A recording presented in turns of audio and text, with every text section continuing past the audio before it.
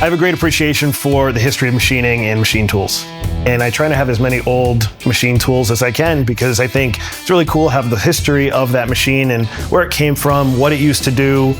I have quite an affinity for quality American-made tools and machinery, and that's part of the reason I like so much of the older vintage tools.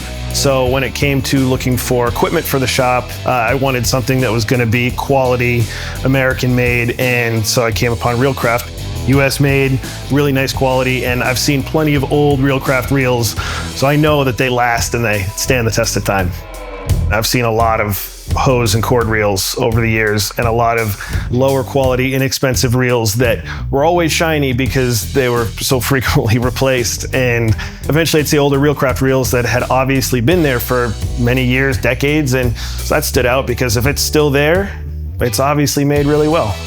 Things that I knew I wanted on the truck was power and air and good access for those. So with needing power and air, I knew I would need reels, and I wanted something that would hold up really well and work well to fit in the truck and not be something that would fall apart driving down the road. So it gives me the ability to work on a lot more projects and a lot more repairs that I might not be able to do otherwise.